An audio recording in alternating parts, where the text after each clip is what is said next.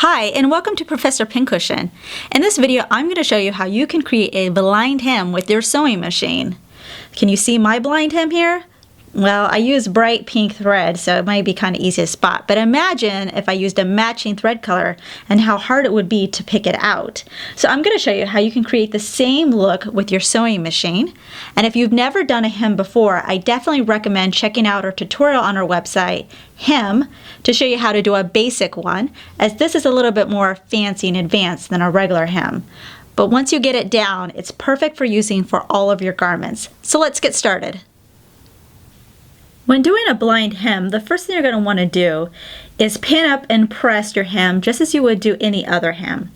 You can see mine has already been folded and then folded again underneath, and I stuck in my pins. The thing is, when putting in your straight pins, try not to put them all the way at the top of the fold line. I like the start of my straight pin to go in about 1/8 inch down from the top here. So what I'm saying is, don't put it in like this, where this top of the pin is right at the fold line, but start about 1/8 of an inch down like that.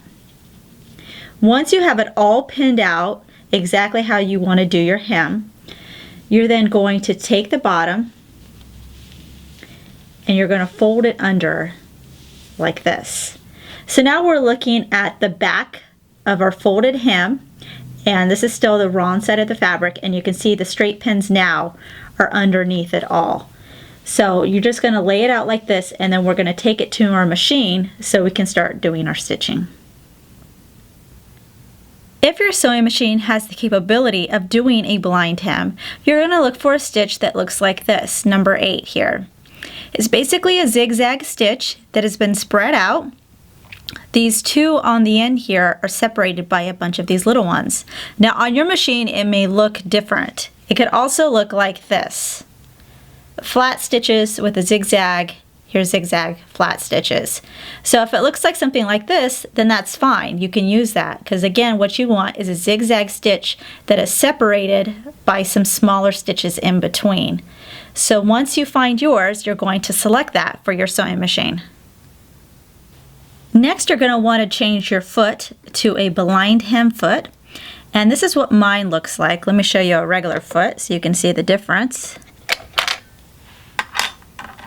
Here's a regular foot, and you'll see there's a space in the middle and 2 little legs on each side.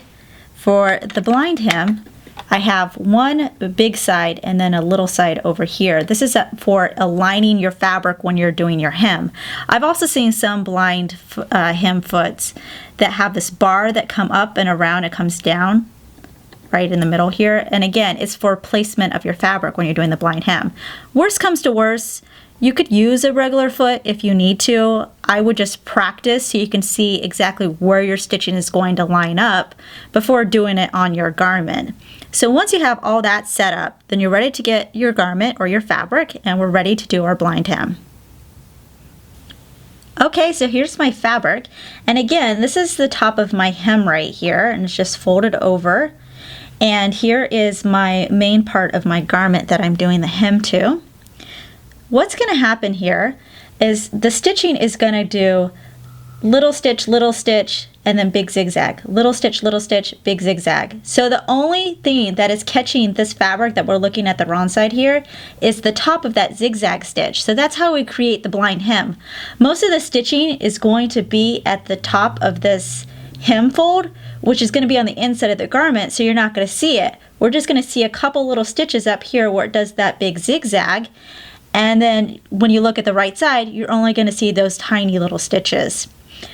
I like to make sure that the fold of this part of this wrong side lines up with the edge of the big part of my foot here.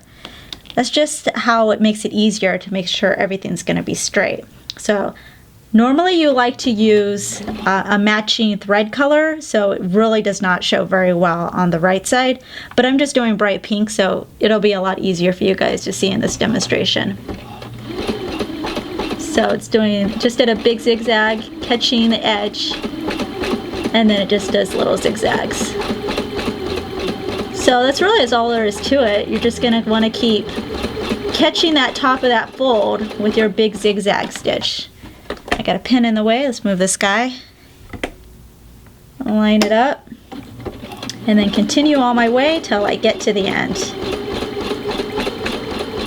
Here's my fabric all stitched up.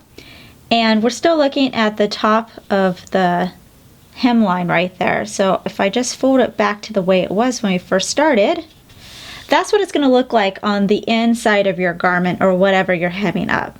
So now we can look at the stitches a little closer. You'll see they have the tiny stitches in the middle and then a bigger zigzag in between those. So now we're going to flip it over so you can see the right side of the garment and how this ends up on that side.